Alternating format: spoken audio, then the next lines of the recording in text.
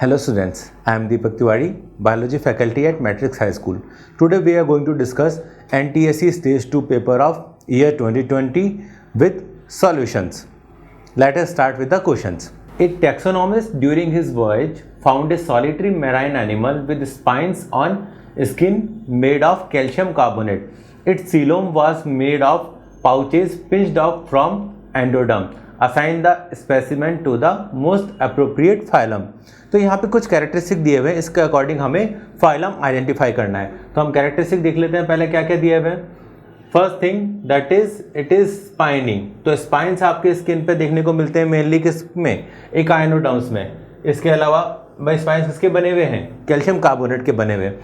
इसके अलावा हम देखें तो जो सीलोम है, coelom was made up of pouches pinched of from endoderm. तो सीलोम किससे बनी हुई है, पाउचेस से, जो पाउचेस एंडोडर्म से पिंच ऑफ होके बने हैं.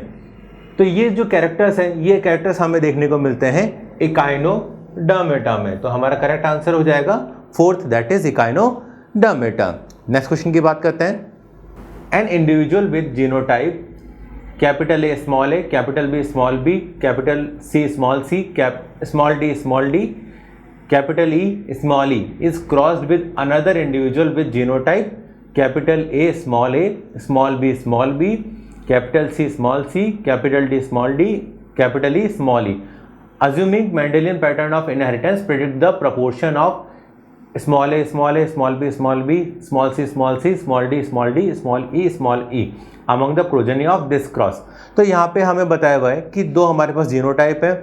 इन दोनों जीनोटाइप की अगर क्रॉसिंग होती है तो उनके रिजल्टेंट जो हमें मिलेंगे उसमें से जो आपका होमोजाइगस रिसेसिव, यहाँ पे हमें देखने को मिल रहा है कि सारा क्या है, रिसेसिव है. तो रिसेसिव होमोजाइगस कंडीशन हमें कितनी प्रोजेनी में देखने को मिलेगी. तो सबसे पहले हमें आइडेंटिफाई करना है कि हमें कितने रिजल्टेंट मिलेंगे. उसको आइडेंटिफाई करने के लिए पहले ये आइडेंटिफाई करना पड़ेगा कि हमें कितने अलग अलग गैमीट मिलेंगे. तो हमें गैमीट निकालने के लिए एक फॉर्मूला पता है, दैट इज 2 की पावर n.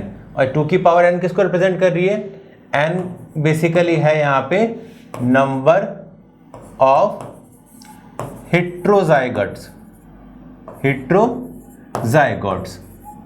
तो यहाँ पे हम देखेंगे कि हेट्रोजाइगोट्स कितने हैं, इंडिविजुअल ए फर्स्ट में एंड इंडिविजुअल सेकंड में. तो यहाँ पे फर्स्ट में देखें तो इसमें हम देखेंगे कि हमारे पास 1, 2, 3 एंड 4 हेट्रोजाइगोट्स है. ये हमारा होमोजाइगोट है.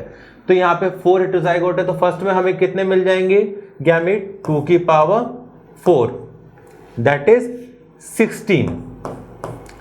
सेकंड की बात करें तो सेकंड में भी हमें कितने मिल रहे हैं, 1, 2, 3 एंड 4 हेट्रोजाइगोट्स मिल रहे हैं.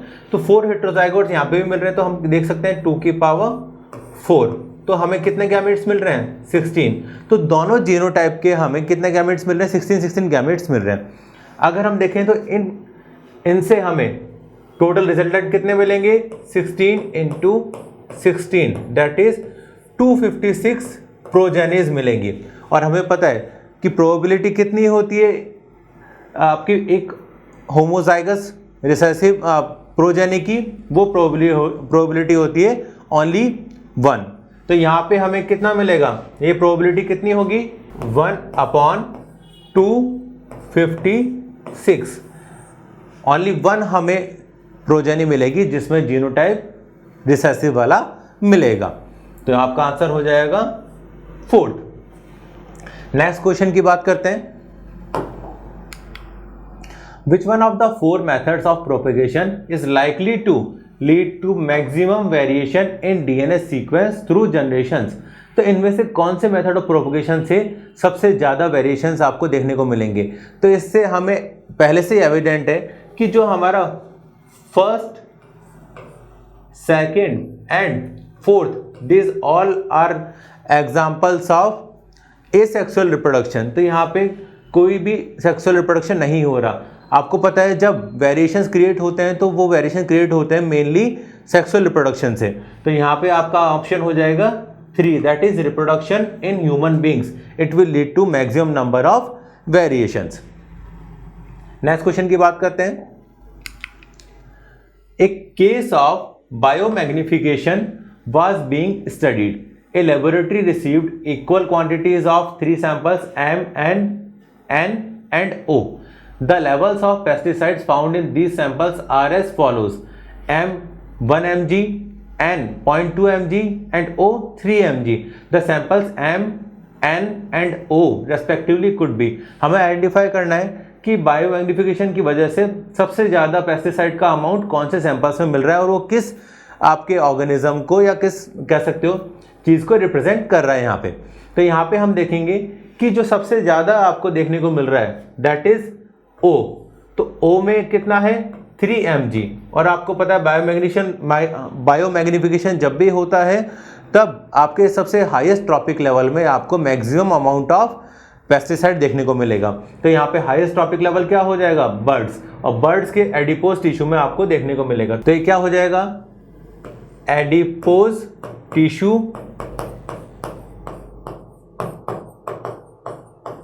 Of birds. सेकंड हम देखते हैं, सेकंड हमारे इससे कम मिल रहा है हमें M में। तो M की अगर हम बात करें M है 1 mg। अब इससे कम किस में देखने को मिलेगा जो इससे लोअर ट्रॉपिक लेवल है दैट इज ग्रास हॉपर्स।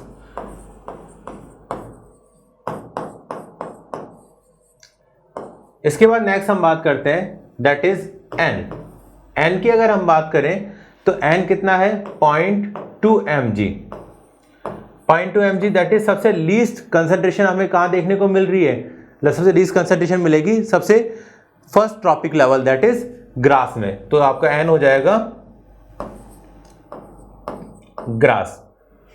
तो हम देख सकते हैं samples M N and O। तो M है हमारा ग्रास हॉपर, N है ग्रास एंड O है आपका एडिपोज टिश्यू।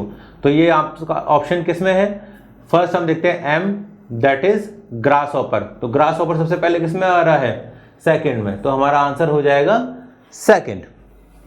नेक्स्ट क्वेश्चन की बात करते हैं। Illustration of a pyramid of number of an aquatic ecosystem is given। तो आपका एक एक्वेटिक इकोसिस्टम का पिरामिड दिया हुआ है, हमें क्या फाइंड आउट करना है the pyramid of energy for the same ecosystem would be. हमें फाइंड आउट करना है कि इस इकोसिस्टम के लिए पिरामिड ऑफ एनर्जी क्या होगा। तो हमें पता है इंपॉर्टेंट चीज कि pyramid of energy will always be upright. तो हमें कैसा पिरामिड ऑफ एनर्जी मिलेगा, अपराइट एनर्जी पिरामिड मिलेगा। तो हम देखते हैं ऑप्शंस में।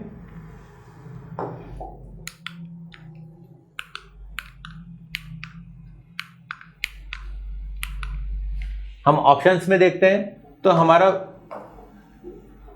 पिरामिड ऑफ एनर्जी अपराइट आपको कौन से में देखने को मिल रहा है फोर्थ में, दैट इज सबसे हाईएस्ट एनर्जी किसमें होगी फाइटोप्लैंक्टन, उससे लीस्ट एनर्जी कहां पे ट्रांसफर होगी zooplankton, then herring and then finally sea lion. तो ये हमारा आंसर हो जाएगा फोर्थ। नेक्स्ट क्वेश्चन की बात करते हैं। Which of the following traits would an evolutionary biologist consider to understand divergent evolution process. तो डाइवर्जेंट इवोल्यूशन प्रोसेस की अगर हम बात करें तो डाइवर्जेंट का मतलब होता है डाइवर्ज होना। डाइवर्जेंट का मतलब क्या होता है डाइवर्ज होना, दैट इज ओरिजिन क्या है एक कॉमन है उससे डाइवर्ज हो रहे हैं। ठीक है, तो एक कॉमन ओरिजिन की बात करें तो ऐसे ऑर्गन्स जो कॉमन ओरिजिन से डेवलप होते हैं उन्हें बोला जाता है होमोलोगस। तो हमें यहाँ पे ये देखना है कि होमोलोगस ऑर्गन कौन से ऑप्शन में आपको दिए हुए हैं। तो हम अगर देखें फोर्थ ऑप्शन में human arm, seal forelimb and wing of a bird, these all have common origin but have different function. तो these are examples of homologous organs. तो हमारा आंसर कौन सा हो जाएगा फोर्थ वन। नेक्स्ट क्वेश्चन की बात करते हैं। In adjacent agricultural lands of nearly equal dimensions, two farmers A and B had cultivated crops of their choice and observed standard practices. A pathogen attacked the crops and destroyed it in the land belonging to farmer A, as a result of which he suffered complete loss. Although the pathogen attacked the adjacent land belonging to the farmer B, but he was able to earn some money by selling the yield. The possible explanation for the above is भाई यहाँ पे हमें देखने को मिल रहा है कि 2 land है, 2 फार्मर्स ने कुछ ग्रो किया है, एक फार्मर की पूरी क्रॉप लॉस्ट हो गई है due to attack of pathogen, जबकि फार्मर बी की अटैक तो हुआ है बट उसके बाद भी उसको कुछ इनकम हुई है। इसका पॉसिबल रीज़न क्या हो सकता है? तो यहाँ पे सिर्फ एक ही पॉसिबल रीज़न है कि फार्मर ए ने सिर्फ क्या किया हो, फार्मर ए ने सिर्फ एक ही क्रॉप ग्रो करी हो, जबकि फार्मर बी ने 2 क्रॉप ग्रो करी हो। तो एक पैथोजन अगर एक ही टाइप की क्रॉप को डिस्ट्रॉय करेगा तो फार्मर ए का कंप्लीट लॉस हुआ, जबकि फार्मर बी में एक क्रॉप तो डिस्ट्रॉय हुई बट सेकंड क्रॉप बच गई, जिसकी वजह से उसको कुछ इनकम हुई। तो यहाँ पे आपका आंसर हो जाएगा that is first. Next question की बात करते हैं। A biology teacher placed a hen's egg in 3 different solutions. Solution A pure water, solution B saturated salt solution, and solution C hydrochloric acid. The sequence of treatments and the ensuing probable effect on the eggs are listed below. अब यहाँ पे क्या क्या देखने को मिल रहा है आपको?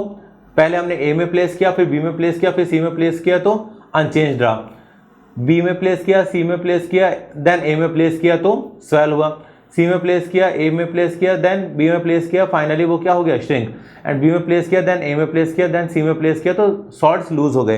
तो हमें इनमें से आइडेंटिफाई करना है कि ये कौन सा करेक्ट है। तो हम देखते हैं कि सबसे पहले अगर हम एग को आइडेंटिफाई करें तो एग के ऊपर क्या होता है, आपको एक कैल्शियम कार्बोनेट की लेयर देखने को मिलती है। तो कैल्शियम की लेयर आपको जब देखने को मिलेगी तो वो क्या करती है, सेल को इम्परमेबल बनाती है, तो उसके थ्रू कोई भी एक्सचेंज पॉसिबल नहीं होगा जब तक वो डिसॉल्व ना हो। तो यहाँ पे हम देखेंगे कि फर्स्ट केस में क्या हो रहा है। फर्स्ट केस में हमने पहले ए में प्लेस किया दैट इज प्योर वाटर में, फिर हमने बी में प्लेस किया, देन सी में प्लेस किया, रिमेन्स अनचेंज। तो यहाँ पे पहले हम देखें कि कोई भी कह सकते हो कि मेम्ब्रेन का डिसॉल्व नहीं हुआ यहाँ पे, तो ये आपका ऑप्शन क्या हो जाएगा, ये ऑप्शन हो जाएगा गलत, ये करेक्ट ऑप्शन नहीं हो सकता है, करेक्ट सीक्वेंस नहीं है। इसके बाद हम बात करें सेकंड, सबसे पहले हमने बी में प्लेस किया तो कोई फर्क नहीं पड़ेगा, फिर हमने सी में प्लेस किया हाइड्रोक्लोरिक एसिड। हाइड्रोक्लोरिक एसिड क्या करेगा, कैल्शियम कार्बोनेट के शेल को डिसॉल्व कर देगा। जब जैसे ही सेल को डिसॉल्व करेगा तो हम जब ए में प्लेस करेंगे दैट इज प्योर वाटर में प्लेस करेंगे तो यहाँ पे हमें देखने को मिलेगा एंडोस्मोसिस, क्योंकि आपका जो प्योर वाटर है, प्योर वाटर आपका एंडोस्मोसिस शो करेगा, क्योंकि ये क्या है, इट इज हाइपोटोनिक सॉल्यूशन। तो यहाँ पे जो आपका एग है वो स्वेल अप हो जाएगा, तो ये करेक्ट है। अगर सी की हम थर्ड की हम बात करें तो आपका सी में हमने पहले प्लेस किया तो सी क्या है, HCl या हाइड्रोक्लोरिक एसिड, तो यहाँ पे मेम्ब्रेन डिसॉल्व हो गए। फिर हमने क्या किया, प्योर वाटर में हमने इसको प्लेस करा, प्योर वाटर में प्लेस करते ही क्या होगा, वो स्वेल अप होगा, ठीक है। फिर हमने क्या किया, सैचुरेटेड सॉल्ट सॉल्यूशन में प्लेस कर दिया। तो सैचुरेटेड सॉल्ट सॉल्यूशन में अगर हम प्लेस करेंगे तो क्या होगा, इसमें प्लेस करते ही जो सेल है या कह सकते हो एग है उसमें एक्सोस्मोसिस होगा, जो वाटर है वो बाहर आ जाएगा, तो सेल क्या हो जाएगी या कह सकते हो एग क्या हो जाएगा, श्रिंक हो जाएगा। तो ये भी करेक्ट है। अगर हम लास्ट की बात करें तो लास्ट वाला भी ऑप्शन करेक्ट नहीं है, क्योंकि यहाँ पे जो हमने शेल है उसको रिमूव नहीं किया, तो ये भी गलत हो जाएगा। तो आपका आंसर क्या हो जाएगा, सेकंड एंड थर्ड, तो ये आपका ऑप्शन हो जाएगा थर्ड वन। नेक्स्ट क्वेश्चन की बात करते हैं। Observe the flow chart below. इसमें आपको फ्लो चार्ट दिया हुआ है। फर्स्ट यहाँ पे टैडपोल्स है, टैडपोल्स को हमने क्या किया, जो टैडपोल ए है उसको हमने उस वाटर में प्लेस किया जिसमें आयोडीन नहीं है, तो टैडपोल्स में कोई चेंजेस देखने को नहीं मिला और टैडपोल्स आगे भी टैडपोल की तरह ही रहे, ठीक है। तो यहाँ पे ये कंडीशन हमें देखने को मिली। सेकंड हम बात करें, टैडपोल को हमने किस में प्लेस किया, वाटर विद आयोडीन, तो वो फ्रॉग में कन्वर्ट हो गए। तो देखो इसका सबसे इंपॉर्टेंट रीजन क्या है कि आयोडीन बेसिकली रेस्पॉन्सिबल होता है for the formation of thyroxine hormone, और थायरॉक्सिन हार्मोन थायराइड ग्लैंड से रिलीज होता है, and this thyroxine hormone is responsible for Metamorphosis.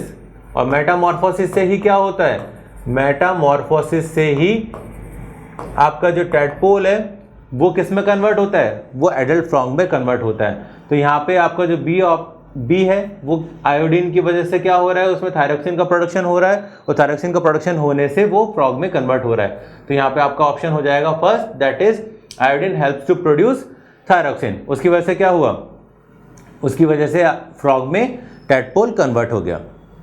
Next question की बात करते हैं। In an experiment conducted in the laboratory is tabulated below. यहाँ पे एक एक्सपेरिमेंट दिया हुआ है। फर्स्ट टेस्ट ट्यूब में हमने क्या किया, सलाइवा के साथ आयोडीन को मिक्स किया और उसको इंक्यूबेट किया। इसके बाद सेकंड टेस्ट ट्यूब में क्या किया, हमने स्टार्च को सलाइवा के साथ मिक्स किया, फिर उसको इंक्यूबेट किया। थर्ड हम बात करें, थर्ड टेस्ट ट्यूब में स्टार्च के साथ सलाइवा को मिक्स किया, उसके साथ हमने एंजाइम इनहिबिटर को भी मिक्स कर दिया एंड देन उसका इंक्यूबेशन किया एंड देन फाइनली उसमें हमने आयोडीन डाला। तो हमें इनमें क्या क्या आपको कलर देखने को मिलेंगे, ठीक है। तो ऑब्जर्वेशन अगर हम देखें तो हमने क्या किया, पहले में हमने सलाइवा के साथ आयोडीन मिक्स किया। तो आपको पता है आयोडीन क्या करता है, iodine is responsible for giving, iodine solution is responsible for giving yellow colour. तो यहां पे आपको येलो कलर देखने को मिलेगा, ठीक है। तो हम देख लेते हैं फर्स्ट में येलो किस में आ रहा है, आपके फर्स्ट ऑप्शन में आ रहा है। तो यहां पे इसके बाकी ऑप्शंस भी हम देख लेते हैं। टेस्ट ट्यूब बी में स्टार्च के साथ हमने सलाइवा को मिक्स किया, तो स्टार्च को सलाइवा क्या करेगा, स्टार्च को ब्रेक कर देगा और माल्टोज में कन्वर्ट कर देगा। तो यहाँ पे हमें कोई भी कलर देखने को नहीं मिलेगा, तो यहाँ पे हम लिख सकते हैं नो कलर। थर्ड हम बात करते हैं टेस्ट ट्यूब सी में क्या किया हमने, टेस्ट ट्यूब सी में स्टार्च के साथ सलाइवा को मिक्स किया, सलाइवा के साथ हमने एंजाइम इनहिबिटर डाल दिया। तो एंजाइम इनहिबिटर डालने से ये एंजाइम इनहिबिटर क्या करेगा, सलाइवा की एक्टिविटी को ब्लॉक कर देगा, ठीक है। उसकी वजह से स्टार्च कन्वर्ट नहीं होगा और आपको स्टार्च के लिए पॉजिटिव टेस्ट मिलेगा when we will treat it with iodine. तो आयोडीन से ट्रीट करने पे आपको कैसा कलर मिलेगा, आपको मिलेगा ब्लू ब्लैक कलर। तो यहां पे आपका ऑप्शन हो जाएगा first, A yellow, B no colour and C blue black. Next question की बात करते हैं। The presence of a specific molecule called markers in an organelle can be used to identify the presence of that organelle. A researcher has 3 test tubes with organelles A, B and C, each of which shows the presence of one marker as shown below. यहाँ पे हमें कुछ markers दिए हुए हैं और organelle बताया हुआ है और उसका मार्कर का फंक्शन बताया हुआ है। तो हमें आइडेंटिफाई करना है कि कौन सा ऑर्गेनल ये हो सकता है। अगर हम फर्स्ट को ए को देखें तो ए में जो मार्कर है वो साइटोक्रोम ऑक्सीडेज है और it is involve in ATP synthesis. तो आपको पता है एटीपी सिंथेसिस में साइटोक्रोम ऑक्सीडेज जो इन्वॉल्व होता है ये किस में देखने को मिलता है, ये देखने को मिलता है आपको माइटोकॉन्ड्रिया में। सेकेंड की हम बात करें तो आपका ऑर्गेनल बी, उसमें आपको राइबोसोमल आरएनए देखने को मिल रहा है और it is a part of ribosome. Ribosome RNA क्या है, पार्ट ऑफ राइबोसोम है। तो राइबोसोम का पार्ट आपको किस में देखने को मिलेगा, आरईआर में देखने को मिलेगा। आरईआर की सरफेस पे क्या होता है, राइबोसोम्स प्रेजेंट होते हैं। And third one acid hydrolase आपको मार्कर देखने को मिल रहा है और सी ऑर्गेनल में ये क्या करता है, डिफरेंट मॉलिक्यूल्स को डिग्रेड करने का काम करता है। तो ये इससे हम आइडेंटिफाई कर सकते हैं कि एसिड हाइड्रोलेज किस में प्रेजेंट होता है, लाइसोसोम्स में प्रेजेंट होता है। तो इसके अकॉर्डिंग हम अपना आंसर देखें, that is A mitochondria, B RER and C lysosome. तो हमारा ऑप्शन सेकंड हो जाएगा करेक्ट। नेक्स्ट क्वेश्चन की बात करते हैं हम। Positions of endocrine glands are labelled A to E in the given diagram. Match the symbols of glands in column 1 with the type of hormone it secretes given in column 2। हमें यहाँ पे match करना है column A को column second से। और यहाँ पे डायग्राम पे हम इजीली देख सकते हैं कि आपका जो ए से स्टार्ट करते हैं, ए किसको रिप्रेजेंट कर रहा है, यहाँ पे ए रिप्रेजेंट कर रहा है ओवरीज को। तो ओवरीज से रिलेटेड यहाँ पे सिर्फ ए के हार्मोन हमें देखने को मिल रहा है, दैट इज प्रोजेस्टेरॉन। तो ए का क्या हो जाएगा, ए का हो जाएगा प्रोजेस्टेरॉन। ए का क्या हो जाएगा, प्रोजेस्टेरॉन। सेकंड हम बात करते हैं बी। बी यहाँ पे बेसिकली आपको देखने को मिल रहा है पैनक्रियास। ये जो लोकेशन है ये बेसिकली पैनक्रियास की होती है। तो इस लोकेशन पे आपको जो हार्मोन देखने को मिलेगा वो देखने को मिलेगा इंसुलिन, क्योंकि पैनक्रियास क्या रिलीज करते हैं, इंसुलिन रिलीज करते हैं। हम बात करें सी की, तो सी आपको देखने को मिल रहा है किडनीज के ऊपर वाला structure, that is adrenal gland. Adrenal gland क्या रिलीज करता है, एड्रिनल ग्लैंड रिलीज करता है आपका next hormone that is aldosterone. तो सी का हो जाएगा आपका 7। डी की अगर हम बात करें तो डी बेसिकली रिप्रेजेंट कर रहा है यहाँ पे आपका पैराथायरॉयड ग्लैंड, और पैराथायरॉयड ग्लैंड बेसिकली कौन सा हार्मोन रिलीज करता है? Parathyroid hormone. तो इसका ऑप्शन हो जाएगा 3rd। एंड लास्ट हम बात करें ई बेसिकली आपके ब्रेन में दिख रहा है, ये होता है एक पी के इक्वल ग्लैंड या पी की साइज का ग्लैंड जिसे बोला जाता है pineal gland. Pineal gland release करता है कौन सा हार्मोन? Melatonin hormone. तो यह हमारा आंसर्स हमने देख लिए, ए फर्स्ट, बी सेकंड, सी 7th, डी हो गया आपका 3rd एंड ई हो गया 5th। ये ऑप्शंस हमें देखने को मिल रहे हैं फर्स्ट में, तो आपका करेक्ट आंसर क्या हो जाएगा? फर्स्ट। इसके बाद नेक्स्ट क्वेश्चन की अगर हम बात करें, virulent forms of bacteria staphylococcus aureus is a human pathogen, some strains of which cause flesh eating disease. Earlier the antibiotic penicillin was used to control this pathogen. After some years penicillin was ineffective, hence a powerful antibiotic methicillin was used in treatments. Subsequently methicillin also became ineffective and the strain showed resistance to multiple antibiotics, also called multi-drug resistance. Which one of the following statements regarding development of multi drug resistance is correct? हमें ये identify करना है कि इन options में से कौन से correct है जो मल्टी ड्रग रेजिस्टेंस के लिए रेस्पॉन्सिबल है। तो देखो, एंटीबायोटिक रेजिस्टेंस जीन्स बैक्टीरिया में पहले से ही प्रेजेंट होते हैं, बट जब बैक्टीरिया पे कोई एंटीबायोटिक एक्ट करती है उसके बाद क्या होता है? उन जीन्स का सिलेक्शन होता है, सिलेक्शन होने के बाद जीन्स खुद को एक्सप्रेस करते हैं। तो इसका हम करेक्ट आंसर देख सकते हैं कि antibiotics helped in selection for bacterium, second option में दे रखा है ये, antibiotics helped in the selection of for bacterium with mutations in the DNA conferring drug resistance which were already present in the population. तो यहाँ पे basically पहले से क्या है? जीन प्रेजेंट है, बट जब वो एंटीबायोटिक रेजिस्टेंस जीन डेवलप कब करेगा? जब वो एंटीबायोटिक उसको सेलेक्ट करेगी।